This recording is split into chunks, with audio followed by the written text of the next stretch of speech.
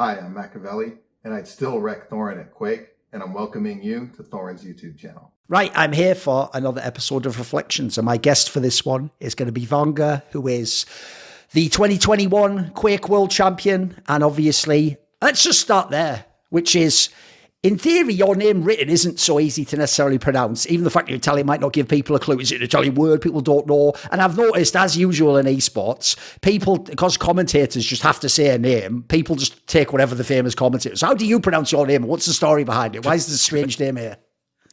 So basically, it's actually a very funny story because I typed random letters on the keyboard, and I was playing some pubs in Quake, and there was this French guy insulting me because I was beating.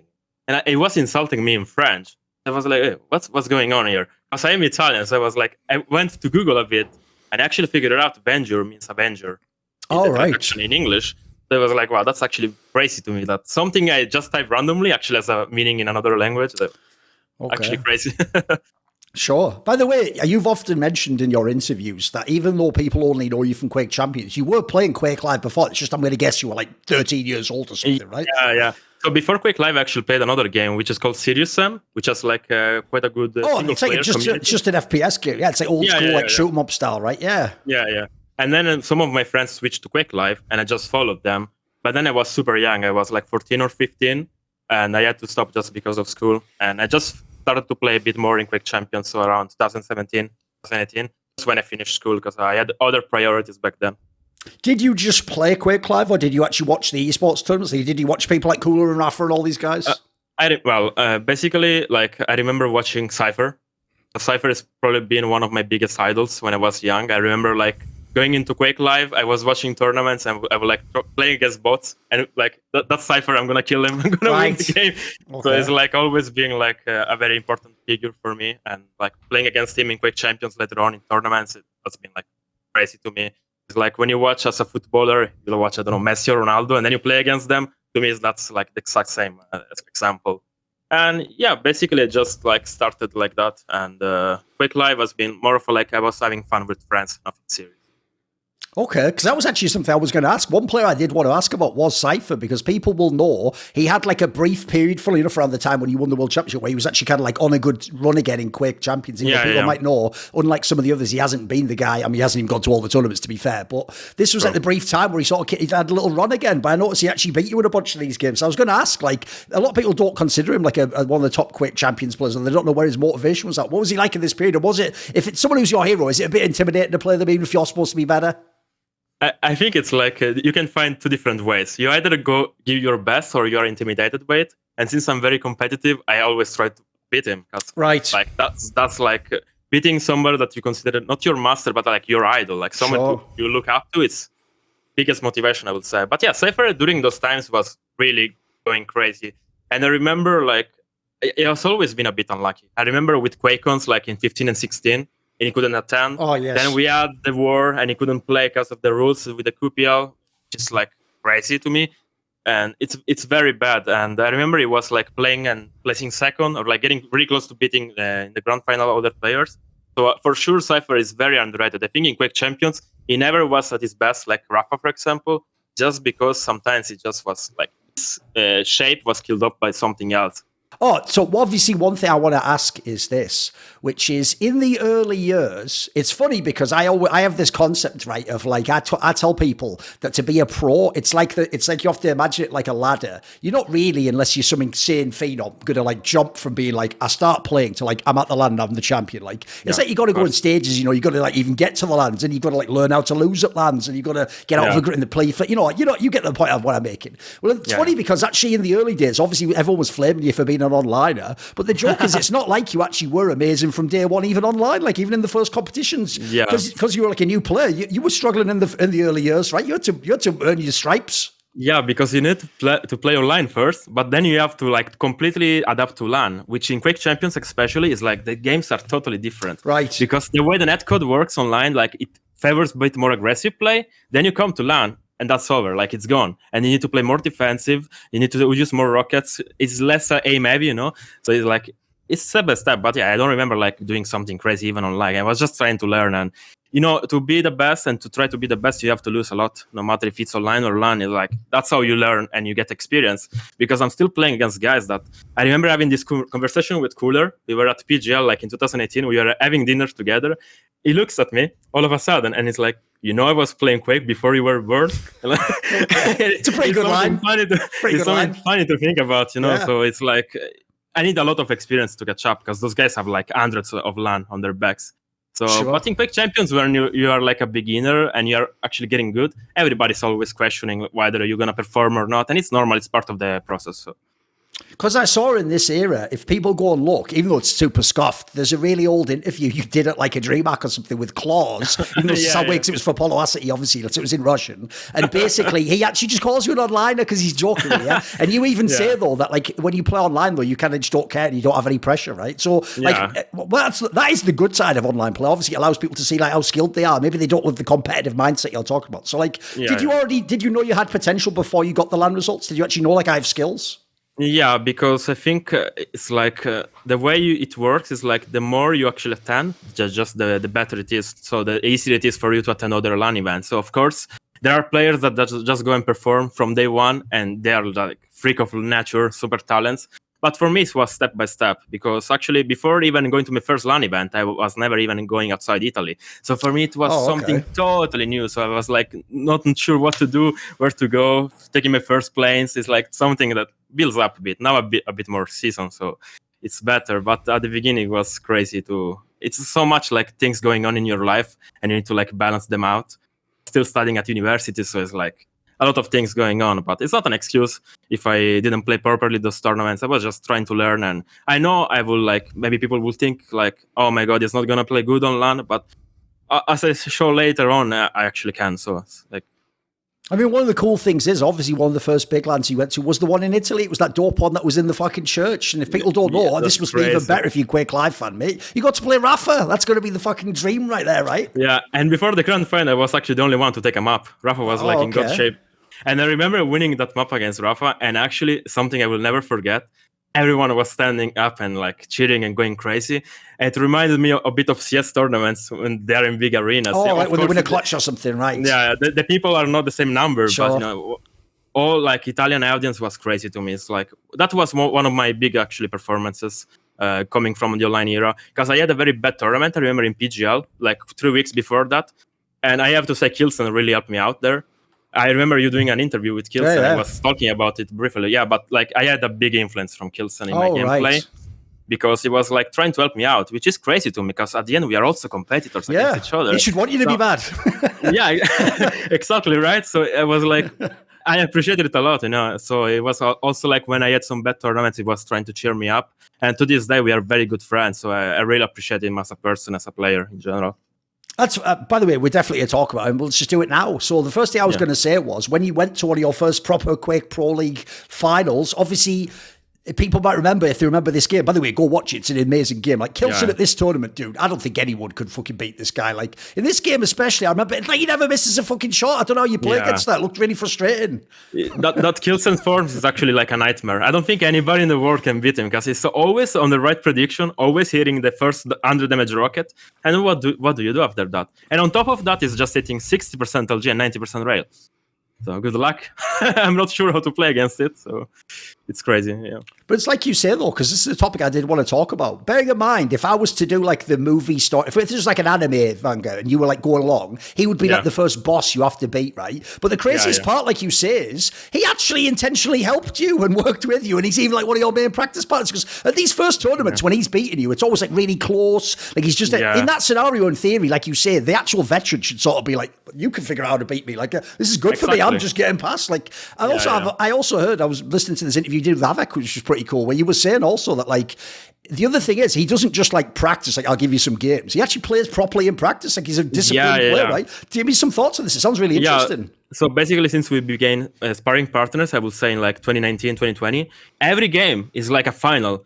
And like my brain is asked to work like 180% to beat him, because it's like his playstyle is also like very strategic. So you have always to figure out timings, what is he up to, because he's not really rushing a lot. So he's playing very standing still with rail, listening around the map. And you are like, before clearing any angles, you're like super aware. Is he there? Is he not there? Is he walking there? Like, it's crazy because it's not like Rapha, for example, plays very good, but he plays always at full speed. So it's a different type of practice.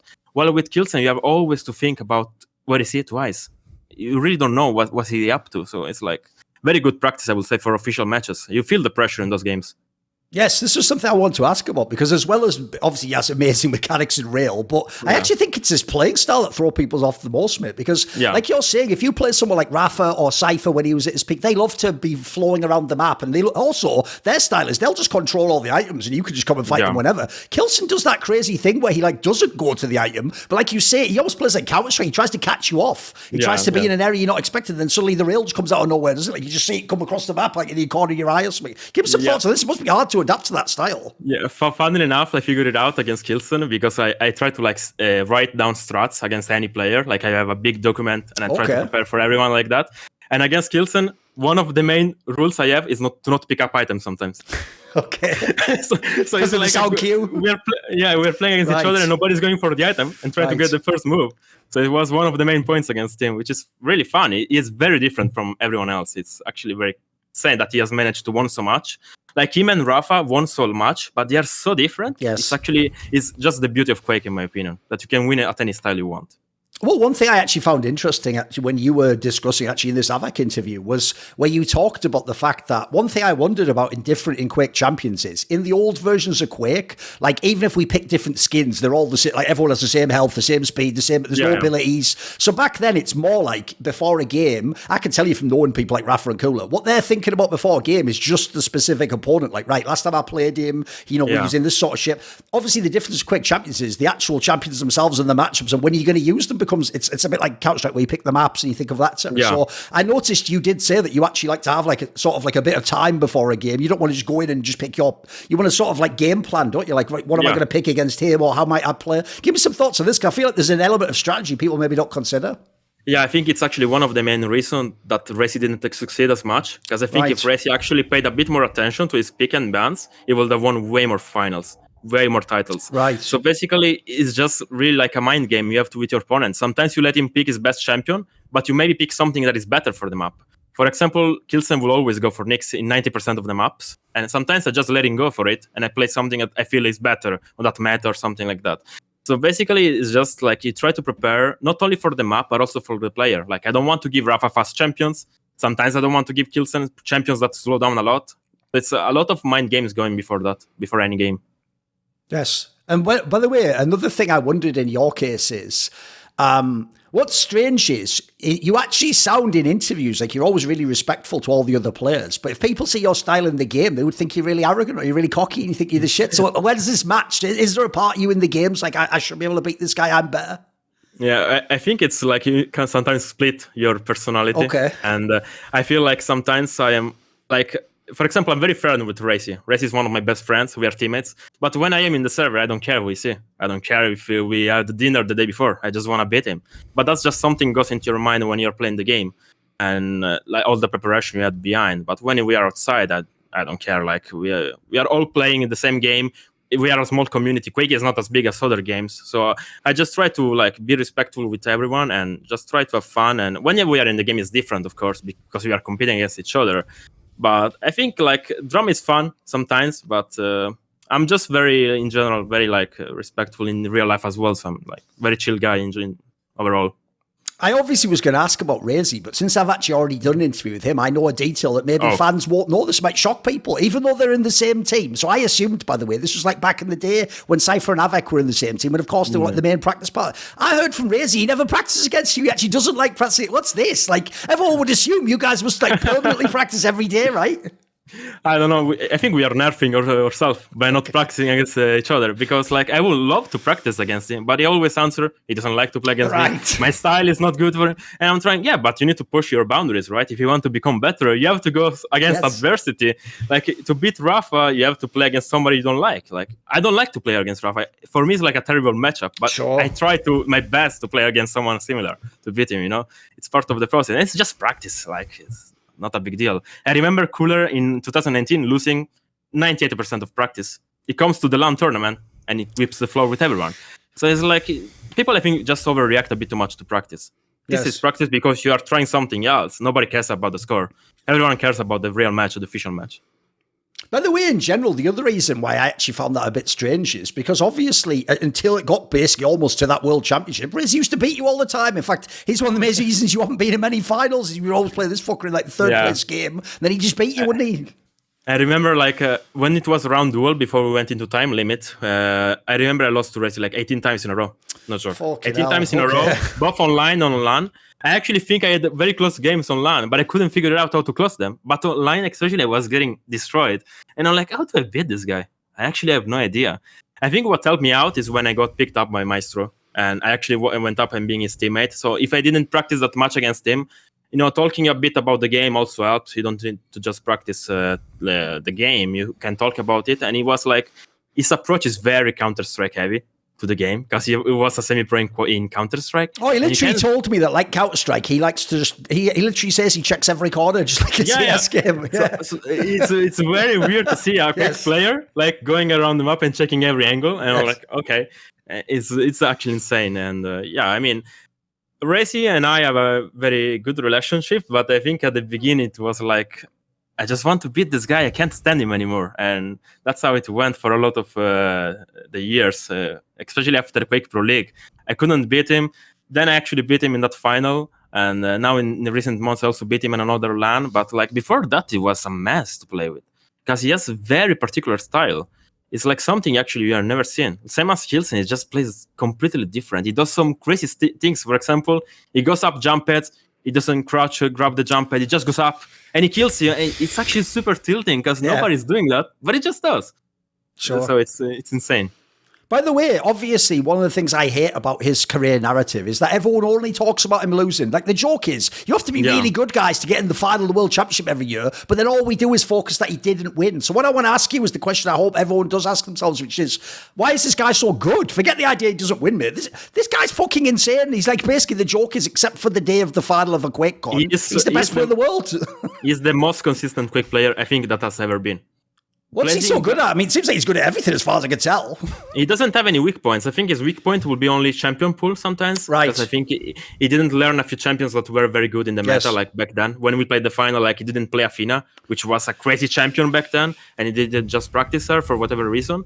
And in general, second place at how many QuakeCons now? It's like 4 years in a row or something. It's insane. It's like 5 times or something. It has never been done. I know it sucks that he didn't win. I feel bad for him, but it's still like crazy to me. Like second place, top 2, top 3 always in a game like Quake, coming from CS, another planet. It's props to the guy. I think he should be more respected for that. Like, put it this way, I didn't tell him this because I think it'd just be kind of, even though it's a nice thing to say, it's just kind of a BM in its own way. Put it this way, I'm also friends with Rapha. I would even tell Rapha, like, in QuakeLive, I'll give it to Rapha, maybe he was the best, he was fucking unbelievable. Dude, I actually think for real, RAISY actually is the best Quake Champions player match. I've watched all the games. It's just he clearly, in the finals, sometimes he has an issue closing, whereas I actually think the joke of Rapha is, I don't think he's even as good at Quake Champions as he was at QuakeLive, mate, but he's amazing at closing fucking games. He's probably the most clutch player I've ever seen, mate. Like, it feels for real, like, in some of these finals, I don't actually think Rapha was better. I mean, look, he is in the sense that he won the game, I can't deny that, but, like, I feel like it does come down to mentality, so, because, like, was Rapha really the best Quake Champions player? Isn't it more like, kind of like his, surely if you play him in a random practice, he's not doing what he does in the final. Like, in the final, he goes God mode, doesn't he? Yeah, I think him and Kilson and RAISY, like, even if I won, I will consider myself as, like, top 3, top 4 at best, because RAISY, even if I didn't win, just way too consistent. Like, I had some tournaments where I played top 3, top 2. I won once. I played top 5, but never top 2 consistently. It's insane to me, actually. And Kilson won 3 titles. I don't think people give him enough credit for that. True. I think Kilson is probably close to Rapha for being the best in Quake Champions, in my opinion, because he also have to consider they won. So it's like, I know it's consistency is good, but winning also matters a lot, you know? So it's like very important. But RAISY is just special. It's just pleasure. It doesn't have any weak points. I think the way he loses against Rapha is just mentality or mindset or something related to his brain. Like, it just like doesn't not perform. He performs in finals. It's just sometimes something doesn't click enough compared to Rapha. That is like, Rapha plays practice every day, 6 hours a day. He's breathing Quake. He's living Quake. And when it's time to shine, he does it. So it's like, I think it's more about outside the servers than inside the servers with RAISY. By the way, in the World Championship final, even though it was online, where you did play against RAISY, you got to win. This fucking game is insane. If no one's ever seen this match, this really does, like, put it this way, this isn't a boring, like, chess match. It's like all out bloodbath. It's like two heavyweight boxers punching each other in the head. It was crazy. Yeah. It's actually crazy because I was studying RAISY a bit before the final, and I was like, okay, so if I play the items only, somehow you will figure it out, how to play against me and how to beat and how to cut rotations. So I have to use my aim. And I know that in some fights I can beat him because I think I have a better LG compared to him. I think he has like better rail in some clutch situations, but I think my LG is better. So I was trying my best to like put as much aim fights as possible in the game. And also RAISY also messed up the battle again against me, I feel like, because he gave me like such good champions in all the final. Like I think the final map was like I had the best champion movement in the game, which is Slash against BJ. That is off meta, nobody plays him. So I was like, even before going into the map, I knew like I don't have to do. If I don't do crazy mistakes, I'm gonna win. And the history about that fight is actually crazy because I have a dad that is not very like healthy. And before the grand final, I actually almost lost him. No joke. Oh, okay. And so basically, I went into the grand final not knowing what was going on in the other room, and I was like, okay.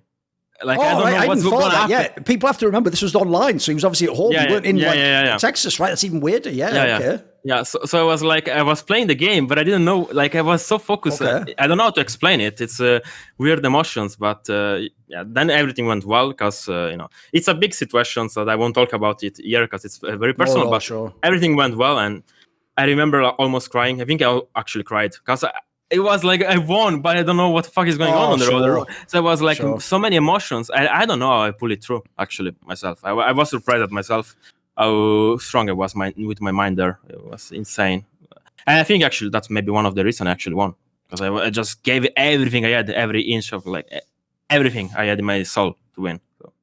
That's interesting because I was going to ask another thing you said in a different interview when I looked it up was you actually did say, because like you referenced before, the weird thing about your career is you're the world champion, but it's the only final you've ever been in on, and that wasn't even on land, so it's kind of a bit weird because you've come like third and fourth a million times. You actually said that you had to change something psychologically in order to get to like this next level. Like, what was it before? Did something hold you back? Because like if people watch a random game early in a tournament, they'll see you're obviously really good, but later in tournaments, was something affecting you? I think stamina was a big factor. Like I didn't perform as good on day 3 because I remember, for example, at the kickoff of the Quake Pro League, after day 2 I was top 2, and then I dropped everything in the last day. So I was like, I need to work on it. So I started going to the gym. I started going to run. I started caring about my food, the psychological effects of the games, to not to burn myself too much with the game, not to play too much. Because I think people are like, play 20 hours a day, you're gonna be good. That's not how it works. Unless you're Michael Jordan or Kobe, like that, but they are different beasts. You need to balance your life a bit if you want to perform. So it's like, I just try to care about myself more outside the game, and it worked out in the end. Because I remember, like when I won, it was actually when I actually worked out every day. When I went to run every day. That's when you put this regime in, where you doing the training. When I didn't mess up my food any day, like for 3 months before, I sacrificed my summer. I sacrificed everything. I just wanted to get the win. I know it's online, and I know people don't give it as much credit, which I actually agree with, because online is something different. And I don't know, maybe I would have won online too, because I was very prepared mentally for the tournament. But I still feel like I gave myself more shots compared to other people. I did more, I think, than others in practice and outside the game. And I feel that's paid off at the end. This is actually something I did want to ask you about, though, because I also feel like that's the worst part about winning that particular World Championship, because obviously those 2 years, like the problem is the other one that was online was won by Rapha, and we've all know he's won 1 million lands, so he kind of doesn't get that, I notice, that you get. But then obviously people will just go, it's online. But I will just say this, vengeuR, if people go and just track your career, right before all the COVID stuff hit, you were actually starting to get good online. That was when you were starting to get the placings. Like, if anything, it's true. Maybe if these had been land trips, maybe you would have tracked up the same way. This is when you would be more serious too, right? Yeah. I remember the last land before COVID was Katowice, and it was one of my best lands. Even if at the end I lost to Rapha, of course, because Rapha was... Sure. I think in that tournament I didn't lose a map, so it was like godlike shape. But I remember beating world champions. I bet Kron, that won the championship like 2 years before. I beat the Hang. Like I beat a lot of players that were good. And I was like, okay, it's starting to kick in, It's starting to build up some momentum, and then we just... and everything is like reset to 0. You need to relearn the old playstyle, which is online playstyle, and you need to play online under 20 ping against American play. It was a mess for a while, so it's like you need to just get used to something different. But it was sad. I would love to go back and COVID not happening and see what's up. Can't go back. Can only look forward now. So. You also said something really fun in the interview with Avek, where you said that sometimes after matches, I sort of get this, by the way. It's actually one thing if people are a random fan of tournaments, where even people who work on cameras, like a commentator and analyst, one of the hardest things about doing a LAN is when the LAN ends, you can't sort of like bring your energy level down immediately. It's like you have to it's like coming back from work. You've got to take a few hours and wind down and sort of chill. And so one of the problems people don't know is when the tournament ends, they might stop watching it. But like, as you were saying, dude, you would sometimes almost like dream about the matches afterwards, or you days later, even though the event's over, you're still thinking like, but if I get this guy in this match, then what, would I pick this champion first? Like, there's a part of your mind has to be like that to compete in the tournament, I'm guessing, right? Yeah, you're like second guessing everything you did. No matter what happened, you're like, what if I did it against this guy at that rotation? What if I pick the heavy there? What would have happened? What if I pick another champion? Like, it's normal. If you're competing, that's what you think about. Like, you need to like live about the game. Yes. You don't need just go and play and practice. You need to actually think about the game constantly to perform. And like, I think that's where like people actually get better. It's where they actually think about the game a lot outside the game. Like, you don't need to play the game to experience situations. And I'm pretty sure it's the same for any other game. Yes. Like, if you're, like, for example, playing CS, like you want to, I don't know, fight Banana on Inferno, you think, what if I pick this way? What if I crouch pick this? Like, and in Quake is the same thing. Like, what if I play this champion on these situations? What if I go this route instead of the other route? It's a very complex game. The only thing is, though, the punchline is you said that even after you won the World Championship, you're still sort of thinking this way. Even though the tournament's over, you've won it, so there's no more matches to play.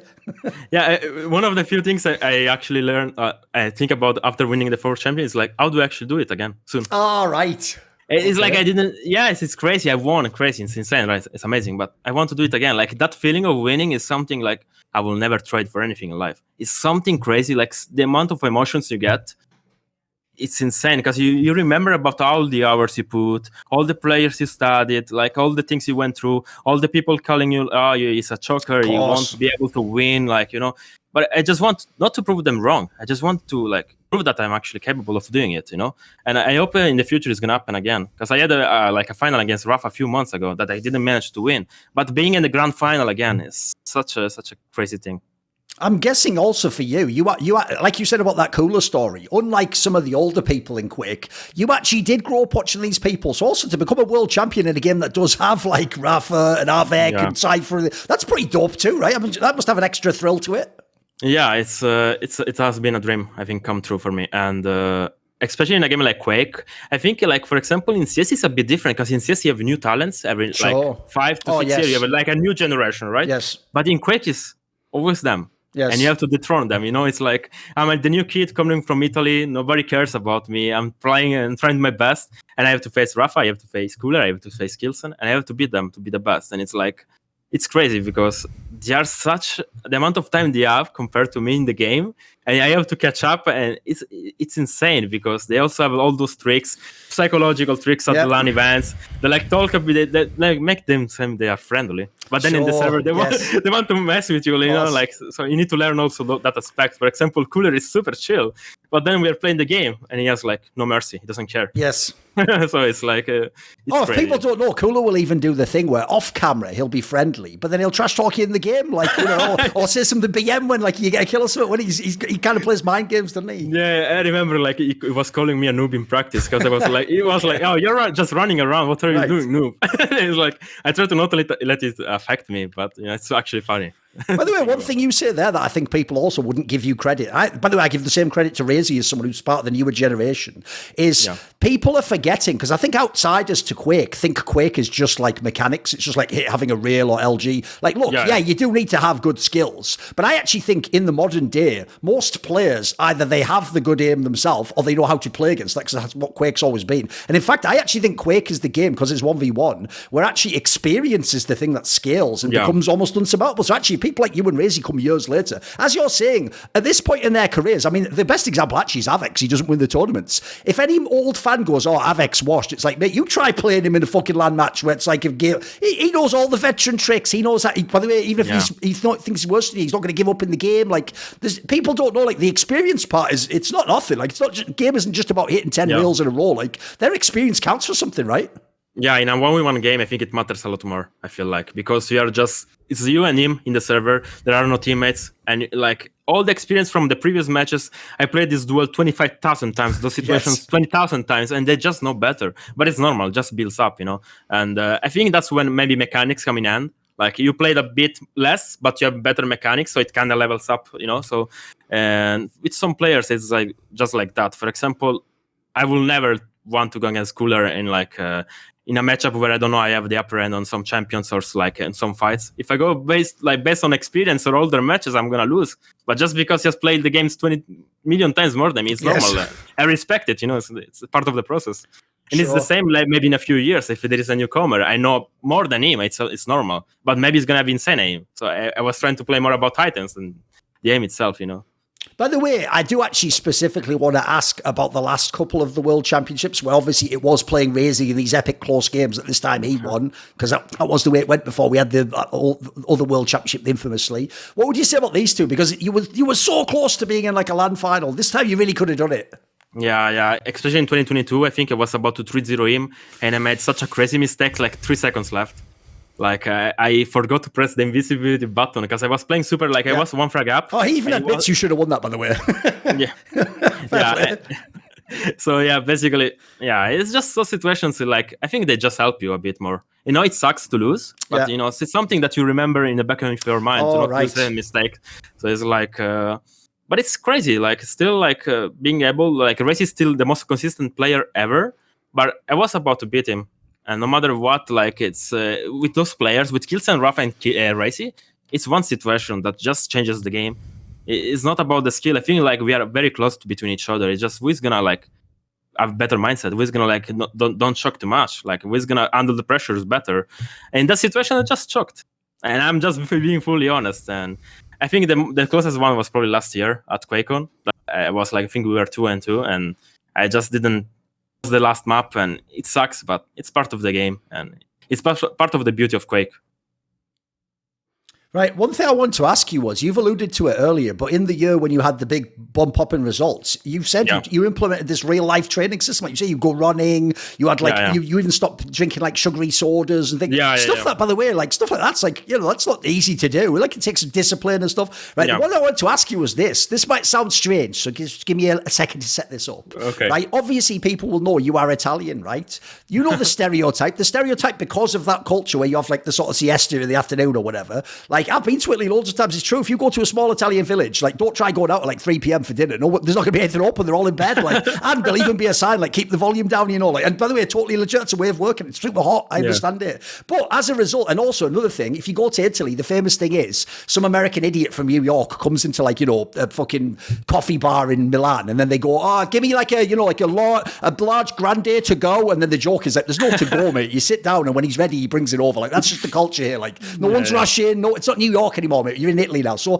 what I want to ask is like, actually, I was kind of surprised you were so fucking diligent. Like, have I misread the stereotypes? Are you just a bit unique in this sense? Are you not more chill normally? What's it like in this? You sound like you're going pretty hard, mate. You do like fucking drill sergeant regime. Yeah, it's very hard because where I live in Sicily, especially, there is a lot of like street food, and like every food you can eat, it's like not as healthy as I would like it. No, everything's like cannoli. It's not chicken salad. No, it's not chicken salad, definitely. So I had to like endure it.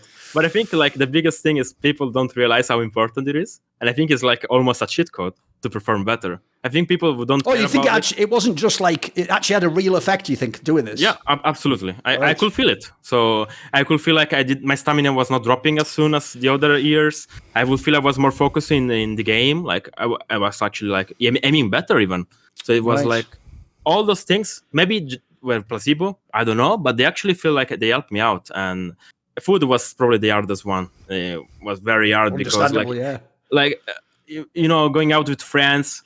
And you still don't want to like lose the progress. And I'm like, no, I'm just gonna go for a chicken salad, and you suffer a bit because they're eating some nice pizzas. But like in the end, it was worth it. So it's part of the plan. It's not about motivation. It's about discipline. Discipline is the key to everything, I think. By the way, do you actually? I don't know if it's anything unique to you, but do you actually feel like a special pride in being a champion in esports from Italy? Because actually, Italy hasn't produced many people. Like that's. I don't know if it's this rep. Like you're not really present in the games like in Counter Strike. I don't know if I ever saw a Counter Strike player from Italy. Yeah. Is it something unique for you?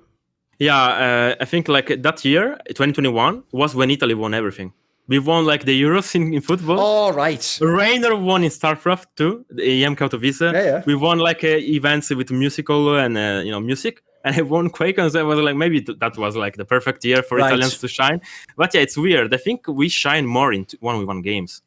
And I think the example with Rainer in StarCraft is playing 1v1. But then when it comes to team games, I don't know what's up with us, but we just don't perform at high level.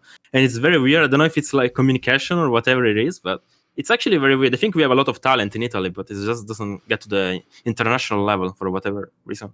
By the way, when I was going back and looking through all the matches, like even though in your brain you remember like, oh, this person usually beats this one. Dude, unless I'm mistaken, on LAN, have you just never beaten Rapha? Has he just won every single game? Did you ever win ever against him? I never won against him online either. Why is this one player just like the final boss for you? Why is it? I don't know. It's like, I think his playstyle is it just messes up with me. The way we play the game is just so much easier for him to beat him just because of the way they play. Right. Because I'm not really super timing heavy. I try to fight a bit more and listen a bit more while it's like going full in for the items all the time. And it put me a lot of pressure. And especially I think the biggest point is like we don't have anybody like him in Europe. And since we're practicing online low ping games, it just comes from an A play and it's just like playing in style and we are just not used to it. And as much as we try to replicate it, there is no other rapha. Otherwise, like that's rapha. You have to beat him when he's at his best, and it will come. I feel like even if we don't have Quake Pro League anymore, I hope I will be able to beat him one day. But I don't think there is a shame to not beating rapha. It's very good, and I only can say a good word, do good things about him. But I hope one day it will come. It's one of the reasons I was practicing super hard because I wanted to beat him on LAN. It just never came true, but you never know. I'm still 25, so maybe many years to come. I hope so. Do you think he has a good read when you play him? Do you feel in the game as though he understands what your plans are and what you're trying to do? I think with Rapha is like what he's doing. Like you actually can read him pretty well, but he just does it and he doesn't care. Okay. So you're like trying to be like 5 steps ahead, but he doesn't care. It just goes for you. If he wants to kill, if he wants to like chase you, he's just gonna do it. Doesn't matter how many good rockets he's gonna. Like if you hit a good rocket, I'm just gonna take the heavy. I'm gonna be right back in 20 seconds. So it's like you can read him, but it's not enough. While against some players, you read them, you take another path, and you try to like play better from another angle. He doesn't care. Yes. So it's probably like if I could play against him, like I think now he's in Europe. Now he's living in Europe, so maybe if I can get some more practice against him, maybe it would be easier in official games. I don't know, but it's just I think this effect he has, like he's playing practice games like it's a final all the time. He's playing the same style. It just helps me out a bit because I think in practice, for example, I don't play my best all the time because I just not my style is not done for that. I can play 80-90%, but if I play 100%, I'm gonna burn out after like 3 hours of playing. So that's not good. But for Rafa, it just doesn't care. It's just the way he is. I see what you mean, because actually I noticed one of the problems in practice, it's the same in every esports game, is if people are casual fans, one of the main problems you have is there are actually a lot of top players who maybe they're experienced players that we're talking about here, they just don't practice properly. Like they'll play and, they either like don't time the items and they just practice in their aim, or sometimes the worst ones is when you practice them and like they're clearly just trying to like figure out your game, but they're not giving you anything. They're not doing anything they do. But that's something cooler will do. Makes sense. Yeah, I've heard he also does that to like figure out what people do on maps and stuff. Whereas that's the reason why you were saying you loved Killstream, because he just plays properly and practice, etc. Yeah, One thing I would ask is this: when you say that yourself, that's very interesting that you intentionally don't go 100%. Like you don't make yourself like if you really tried, like it was the Quake Championship final, you timed every item and even like every green and fucking shard, and it would be too much strain. You think you have to keep it like sort of don't redline it? Yeah, I think it will be a bit too much to handle because I think to play championship form. I think it's something actually Rafa said. If you can play your official games like 95% of your practice, you're going to win the tournament. Right. But you need to be able to play like 90%, 95%, which means like timing everything perfectly, having all the angles covered, having all the rotation. It's just not that easy, I think. And against some players like Hilson, you actually can't do it. Because if he wants, he's not going to show up for an item for 5 minutes. So you have to figure out other ways to beat him, So it's something that Rafa just mastered. And I wish I could do the same, but at the moment, I'm not able. So Right. One thing that is cool, you mentioned it earlier, is obviously there are all these giant names of Quake that are still around, but there is like a new generation of people don't know. Like the funny thing is, they're all the people you've battled against. Maxster recently, obviously, fucking ZenAku. These people all know these guys that are on the way up. And actually, it's actually a shame Quake Pro League's closed down now. This is exactly when they would have had their chance to maybe make the runs at the time. Like, give me some thoughts on some of these guys, because we know the big names, people know the stories, but these are maybe less well known, but the results speak for themselves. Yeah, I think especially maxster. I mean, ZenAku as well. Like, I think ZenAku traveled all the way from Australia to Poland to play Quake. That's wild. Then from Poland to the UK to still play Quake. Yes. And we all know Quake doesn't have a billion tournaments, and it's very like we have like one major a year. I don't know how he was able to do it, but props to him. The game improved so much because of that, and like he has all my respect. With maxster, it just came out of nowhere, practicing with 190 ping. I have no clue how he got so good actually, because I remember him. Like also being like called onliner, he's only playing good because of ping, and it's like, and then he performs on LAN, and it's just like those people just are so motivated, I think, to do good that they're just gonna go and try the best to like outperform everyone. And maxster and ZenAku especially are the top names that come out of my mind, as you said, and I will say like Max is probably the most improved player overall in the past 2 years. One thing I think is quite cool, actually, about the Quake circuit is because it is 1v1 and it's a smaller game with these giant figures that are still good, is you're not just preparing, like, right, I'm just trying to be the best on these maps, on these You also have to literally think about, like, I might have to play Rapha, I might have to play RAISY. You're also, like, thinking between tournaments, as you say, like, I've got to, like, get a better edge on the matchup there, or maybe I have to practice this champion. I think that's kind of a cool component as well, right? You know basically who you're going to play in the future. Yeah. I think it's something that Quake Pro League missed. I think it would have been good to have like a timer when we do picks and bans, a bit like we have in other games. So like you have to be fast thinking about what champions to deny. Because I remember I have some stories about some players that I do picks and bans. We do it them before the game, like 2 days before the game, and they will take hours to complete them. Oh, right. Hours. And you're like, man, please, come on. Like, like you go AFK for like 5 hours and you come back and say the champion, and then like people just practice them all week long. I don't think it's good. I think there is more like the last few tournaments we had like this system with 30 seconds before we have like to pick a champion. It just created so much more enjoyable games instead of like practicing the same game 1 week before it. So it doesn't make sense to me. Right. Yeah, because if people don't know, in Pro League, you just submitted your pick space, because the problem was, whereas like in something like League of Legends or Counter-Strike, you could obviously do a surprise pick, let's say, but you can't do that in this game, because as he says, they just go for 2 days and just nerd out, look at all the fucking VODs you played and all the matchups. You know what to do at that point, don't they? Yeah, exactly that. Like the people are just gonna prepare way better for you, and like we don't all work full-time Quake, so maybe for they get that like as a job and he can't practice as much, and then you see the other guy, for example, you see Rapha playing 10 hours of the same matchup, and you're like in your mind, how am I gonna even play this game, of this match? It's I don't think it's good, but maybe for another tournament and other leagues, if they want to do it them in Quake, maybe they should consider having a veto like with timer. By the way, obviously it's a bomber that no one really knows what the future for Quake Champions is now. Like, will there be a circuit? Will it be smaller? Obviously, the main support's been taken away, and unfortunately, Quake Pro League was the main thing. Where does that put you at the moment? Like, I don't mean like what like your plan is, no one can know, but like, what's the status for you? I mean, I'm sure before this, until that announcement, you're still thinking there's going to be another World Championship. I'm going to try and win it. In your case, as we talked about in the interview, you've been trying to learn how to peak through the year and build up. Yeah. So what happens when the news hits you like that? What's your reaction? Where are you at? Yeah, it's a big like loss for Quake. I think I have a lot of people like messaging me like, I love Quake Pro League. Every Saturday I will watch Quake, a lot of games. They have a lot of fun, but that's just the business part. It seems like it was not sustainable. So I don't blame them for that. Quake is a very small community. Even if Quake is very well known together with Doom, the esports side is not as good as other games. And it sucks because we don't know any infos now. We don't know if QuakeCon is going to happen for sure, because that's just QuakeCon every year, but we don't know the prize pool. We don't know what game even is going to be. Because now we have a QuakeLive league going on. Maybe they're going to do QuakeLive, I don't know. But right now, so my plan is just try and play other games. I've been playing a lot of CS lately, because I am a big CS enjoyer, actually. I love watching CS competition and players. I'm just trying to grind with other Quake players in Face It, just trying to play some games and having fun, but we don't really know what's up with the future. We know that maybe we're gonna have some tournaments at the end of the year, but for now it's like totally stuck. So just trying to figure out other things to do. If people saw, because I will release the one with RAISY first, I did an interview with RAISY, and obviously he comes from Counter-Strike, and he has a whole backstory about, I was always this close, and then there was this line. I didn't actually know, by the way, he had that many crazy stories about how he thinks he sort of could have made it in CS, but obviously his goal now is, like, well, CS2's out, so, like, maybe I can make it in CS2. In your particular case, since you don't have a background in the game in the same way, you sound a bit more uncertain. I think in his case, it's more like, I'll try my hardest, and if I get picked up, I get picked up. You're not so sure about CS?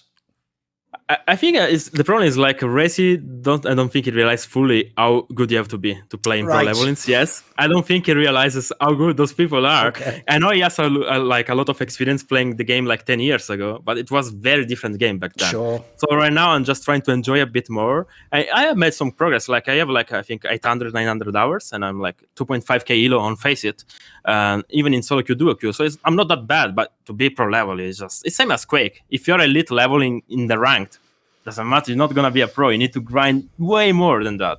But RAISY is very motivated, so I'm just trying my best to improve and have fun playing the game, because at the end, it's fun. I'm not playing and competing in the game, so I'm just trying to enjoy the learning experience, because it's something totally new. Like, you go from zero to the top, and it's something that reminded me of Quake a bit, like trying to learn everything new. It's something fun to do meanwhile, and hoping for new Quake news. We had maybe a spoiler of Quake 6. We don't know.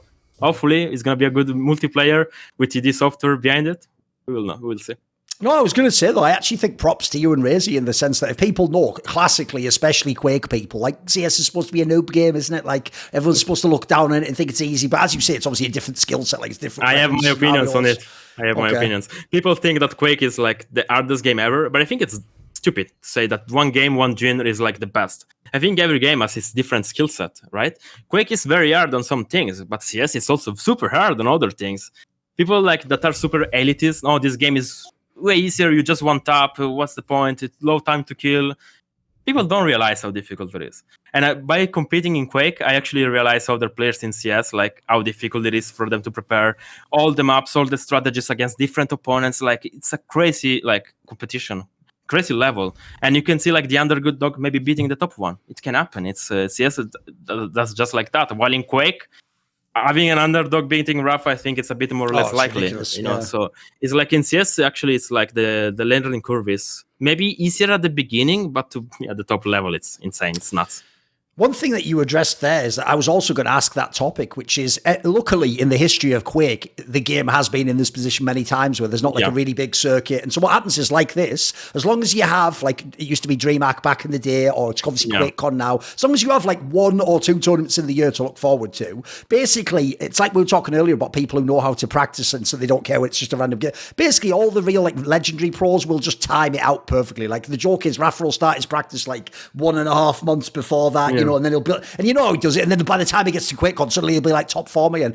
As you're saying, even if there's other games and maybe Quake can't be everyone's job and we can't all play 12 hours a day anymore, your plan is you'll still go to the QuakeCons like this and try and sort of like get into shape and see if you can win like the old QuakeCons in between QuakeLive and Quake Champions, right? Yeah, I think if the only problem we have is like they won't announce till like maybe late June, probably. Right. Because like back in the Quake Pro League, we would have flights booked like 5 months before, so we all knew properly.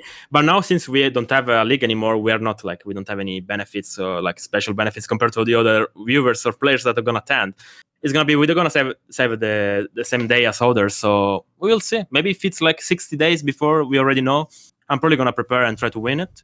And other than that, we'll see. It's hopefully something comes up in the news, but it's very bad thing for Quake to not have an esports league.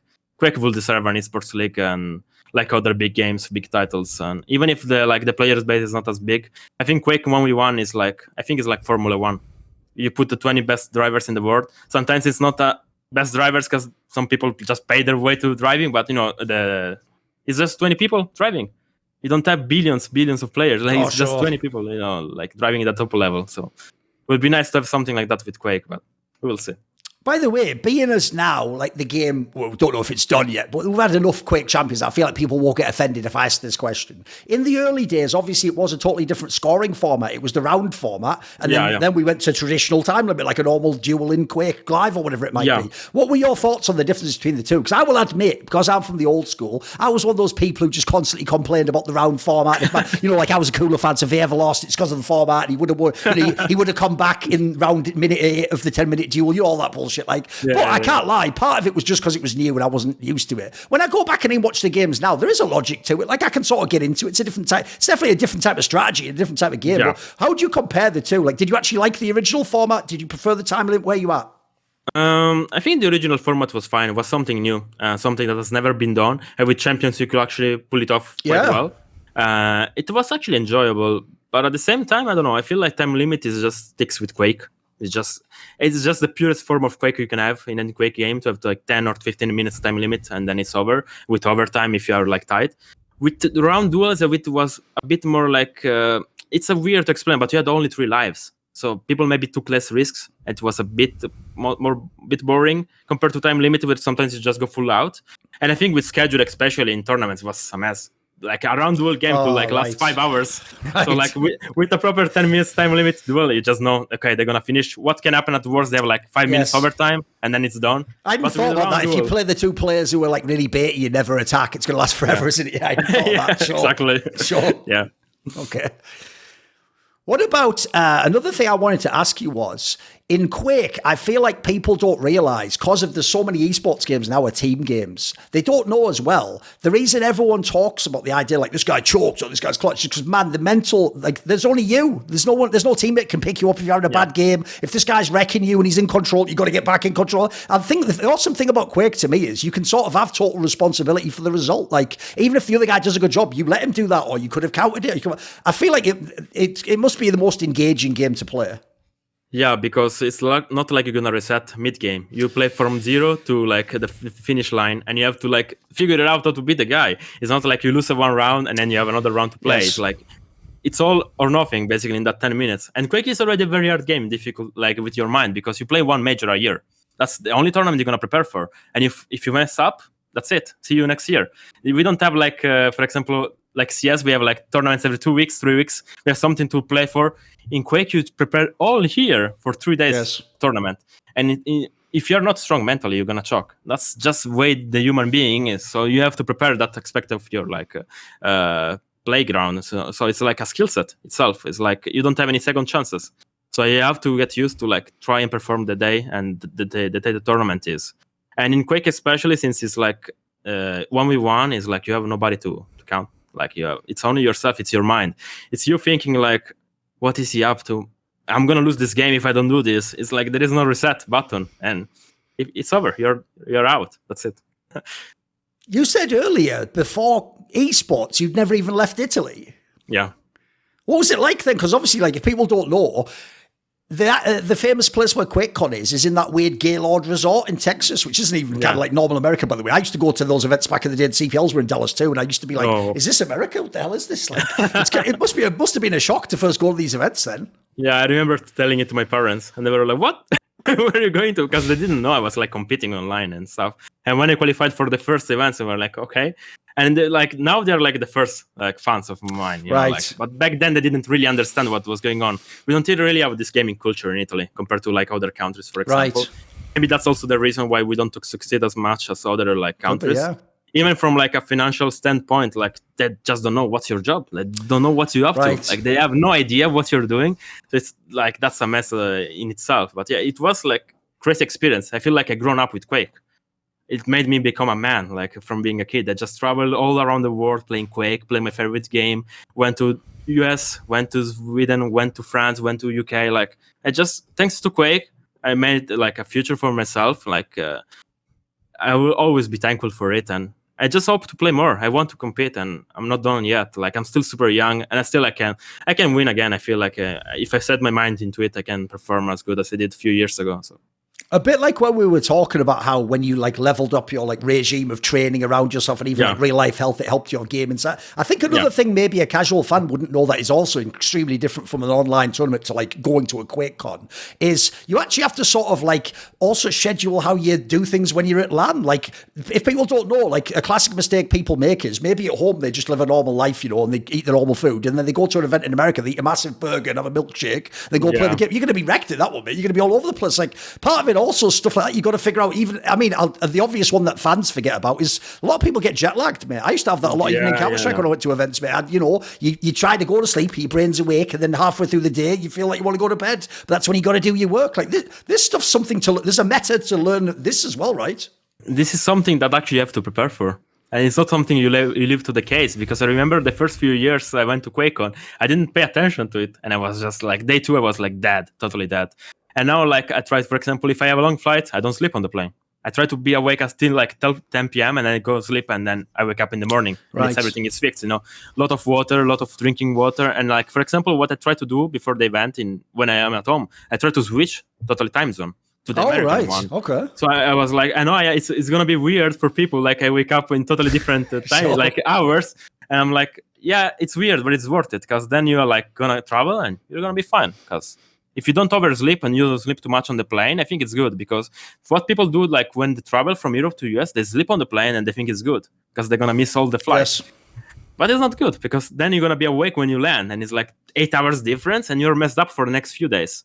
So it's, and especially food and drinking water is probably the best thing you can do for yourself. Your body will heal itself, And it's something I studied a lot, and something like I try to look into, like more into depth, It's not something you leave to the case.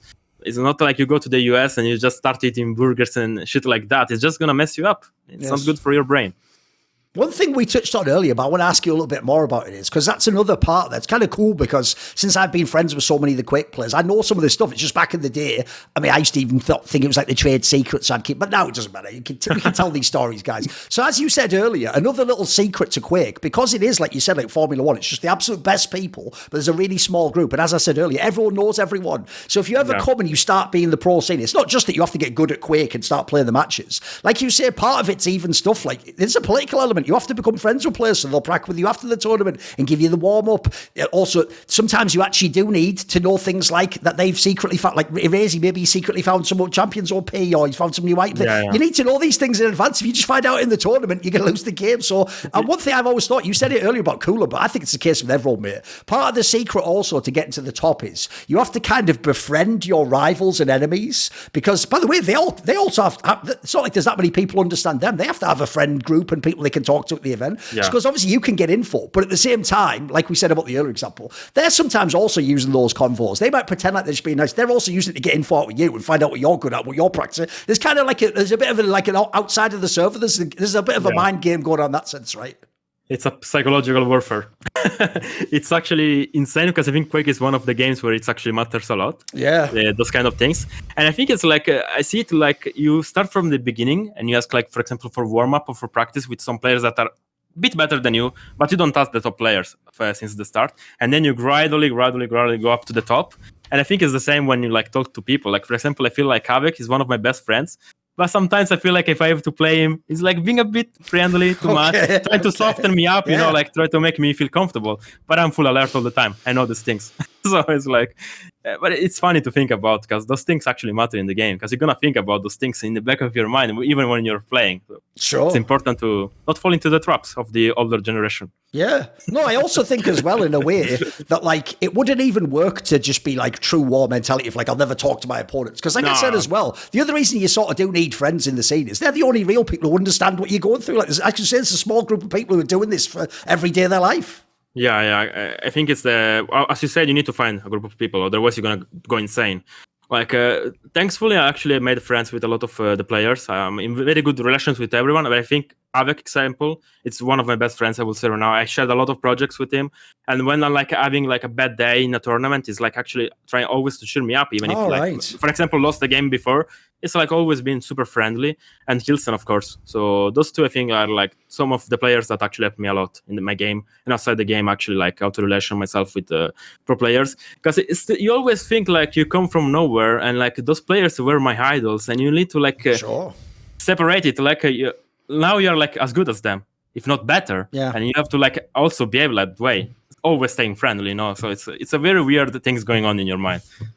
By the way, another thing I would also say I think is very unique about Quake in this sense is, it's like you said earlier about Kilson, but I would tie it to RAISY as well. So there's two angles I'm going to give people. One is that Kilson, think about how ridiculous that is, that he's beating someone who's a young up-and-coming player. So he goes, I'll practice with you and like help you out. Like, that's already weird. That's an alien mindset to a lot of competitors. But then also, like RAISY himself, if people don't know, has done stupid stuff like find something's OP in the game and just tell everyone before the tournament, and then like it gets nerfed, or if this was like there was like $10 million for first place, you tell them like no way, just bring it to the tournament and bring it out in this match. Like, in a way, what this shows to me is these people just really love Quake, mate. They in a fucked up way, it implies they actually want even their competitors to all get better together and we'll all like make the game even great. It's kind of cool. I think it's something unique, right? I don't think you can see it anywhere else. No. Anywhere else. It's insane. Like, people like find bugs, and instead of exploiting them, they just go report them. Exactly. Which is something I actually did. I remember last year at QuakeCon, we had the problems with monitor. You could see like behind like the screen of the other guy on the big monitor. And after the game, I went to the guy and I need to fix this. Like, there is no way we can play like this, because it just doesn't feel right? What if you win in that way? Like, what's the point? I think some people maybe don't care, but I will care for it. Like, it will make me feel shit, honestly. So people in Quake are just like that. They just care about the general like audience, the player base and the players competing against. And I think since we are such a small group and we all know each other, we just try to play and give the best inside the game without any bullshittery like outside it. By the way, obviously, as I said, no one could really know where Quake is at right now. Maybe, who knows, maybe in a year, by the way, maybe some other sponsor comes in and get resurrected and someone else could happen. Yeah. So I don't want to make it sound like Quake's over, but in your particular case, you're still pretty young. You've actually got a lot of Quake under your belt now. People probably forget because of the online period. I feel like it made everyone pause like life. But everyone forget, dude, you're like a veteran now. You played a lot of tournaments, a lot of world championships. Right? Yeah. Could you actually see if there's a game that's viable? Can vengeuR be a player in 10 years? Could you still be in esports, you think? I think so, because especially in Quake, and I think especially in like this thing about age, that age matters a lot in esports. I think it's not as big of a deal of what people think it is. Because just look at rapha or Kilson. Rapha is like 34, Kilson is 38. Like, they are, for the standards in gaming, they're very old, but they still compete at the best. I mean, if anyone's going to try and tell me that, like, like Kilson's old, like, try playing against his fucking real mate. It's ridiculous. Exactly. His mechanics are bonkers still, aren't they? Exactly. And I think since, it's a very weird thing with the age. I think, especially like in Quake, it doesn't really matter as much as other games. Maybe in Counter-Strike it matters, because the way it works, like with the reaction times and things, you have less experience, I feel like, compared to Quake. Yeah. While in Quake, if you have experience, it's just going to drive you and just going to help you. Like, for example, Tox is like close to his 40s now. Yeah. And the dude has like still the best time ever. Like, sometimes I feel like he's cheating. How is he tracking so well, like a cyborg? So it's like, and it's like almost approaching his 40s. So I think those things are just people just maybe, I don't know, like they think age is everything in the world. Like, gaming age, if you're young, you're gonna perform. If you're not young, you're gonna choke. Like you're gonna be bad. Your performance is gonna be worse. I don't think it really matters that much. I think if you have a good lifestyle, it's just gonna like carry you to no matter what age. Maybe not in your 50s, but till you're like 40 or something like that, you're gonna still play at tier 1 level, especially in Quake, I feel like. Does it actually feel like you've been a pro for 5 or 6 years? No, actually, I don't feel like it's crazy, but I feel like it started recently. I don't know why, but I've been a pro since like 2018 now. Like 6 years of Quake at the IELTS level. But I still feel like fresh compared to other people in the scene. But yeah, I'm almost approaching like veteran status, which is crazy to me because I'm still 25. So I don't know what it will be from here. I wish we would have a new league in Quake, and I wish I have something to look forward to. Right now it's very like empty and it's very bad, but hopefully sponsor or tournament organizers like Myztro and Endpoint have been hosting some tournaments with community-based like donations. And community in Quake is actually crazy. We are such a small amount of people, but we reach like 10, 15K tournaments, which is not that bad actually for a Quake game. So hopefully we can have something like that in the future. And I miss Intel Extreme Master, like going to DreamHack. It was such a blast for my career to attend those events. Because as I said, I've always been a big fan of CS, and I saw people playing CS in Katowice at the Spodek Arena and playing myself. Right. It's something insane. So I wish we could go back to those times. Right. I have a weird question for you. If you could go back in time now and you just pop out of a time machine, but we're in like the early 2018 and we're going to meet vengeuR from early 2018, and you could actually tell him, look, you can't tell him everything, like, you can't tell him all that, but you could give him some like advice, like, maybe like work on this or watch out for this. Here's the question. Would he listen to you? Do you think he'd take, if he actually knew it was you, do you think he'd take it on board? Was he stubborn back then? What were you like back then? No, I actually never been very stubborn. I always like to soak in as much information as I could. Like I tried always to like, okay, Cypher is telling me this. Like I also had some weird interaction with Cypher back at the beginning of Quake Champions. It was a bit toxic towards me, and we had some discussions. But now, like, we are super friendly. And I remember, like, even if he was like being a bit harsh or toxic towards me, I was like, maybe he was saying that you are dumb. Why are you doing this? Like, it's stupid what you're doing. And I try to like analyze it. And is it really stupid or is it working in this game? Like, maybe it's something that is viable instead. And I always try to like learn from everyone else because everyone else has so much experience to compare to me. So I think stubborn is not the way, especially in Quake. Right. You have to like be respectful, but also like trying to win. But you still need to learn a lot of things from the other pros because they have tricks up their sleeves. You know, it's not like you're the newcomer and you're gonna just beat everyone. That's just not how it works in Quake. Maybe in other games it works, but in Quake you're gonna have an hard road ahead of you. But I think that something I will listen to if I could is probably about diet and outside the game things. Oh, you do that earlier. Yeah, if I could ever listen to something, I would say, like, I wouldn't even say you're going to win something in like 3 years. I wouldn't care. But I would like listen to something that would help me in game improve faster than I did back then. Right. By the way, one other thing I also think people don't give credit to, because they just see the same names and it's Quake and it's Quake, they also forget, like, it doesn't make sense, guys, that, like, the reason you know that these old Quake pros had to have put mad hours into Quake Champions isn't QuakeLive. Like, if they just came and thought it was just Rail and LG, they'd lose immediately. They wouldn't know any of the, like, if you think about one of the topics, we didn't go super in depth, but we could have, like, a 2-hour podcast just about what all the different champions are like and how they changed in the metas over the years. Like, there's a lot of, like, information compared to old Quakes you have to be up on in this game, right? Yeah, you have to learn a bit more, I would say, compared to QuakeLive. QuakeLive was more timing-based, but Quake Champions is more like strategic, I think. Because of all the champions at different movements, like, you can play the situation 10 times and it works like 10 times different. Like, you don't have a set per set, like, a situation going on. For example, if I pick a fast champion on, I don't know, like Blood Covenant, like, if I go from A to B with this champion, it's way faster. I can catch him in an off angle and something like that. It's something you need to think about in the game, you know? So, I think it's more like difficult, I would say, to play Quake Champions compared to other Quakes, just because of that. By the way, if someone was to actually pick in all of history, obviously you might be biased, but I actually think even though it's online, that final against RAISY, that could be like a contender for the best Quake Champions match. It was a fucking amazing game, right? Yeah, I think that final and the one he had against Rapha, when that was good too. Won 4-3, I think something. Well, that was also insane, I would say. But I think I also, like, in Quake Champions, we had some finals with Kilsen also that were very good to watch. But if I could go to any Quake, I will say actually Cypher against Rapha in DreamHack Winter 2013. I never seen. Oh, the old QuakeLive one. Oh, that was insane. Yeah, it was. I never seen a player that good in my life. Yes. Like, at peak shape, Cypher is like the best Quake player ever in the right status of mind. So. Especially because, like, if you're a fan, let's talk about it. Like, the other thing I would say about that era is, like, everyone remembers how, like, Rapha and Cooler have, like, the mind games they're playing with you, the traps they're setting up. Like, Avec has, like, the 6 skills and, like, the bully style. The thing with Cypher was, dude, it's almost like, I always say, this player to me is like a natural. It almost feels like he was supposed to play Quake. Because, like, you can tell in some of these matches, he doesn't do the strict timing on every item and he's not trying to just control. Like, he just flows somehow. He's got, like, the craziest intuition I've ever seen in the game, mate. Yeah, it's that's why I love Cypher as a player, especially in those years. It felt the most natural, like watching a movie. It's just like watching a movie unfold. And Cypher is the only one that gave me this like sensation, that like this feeling.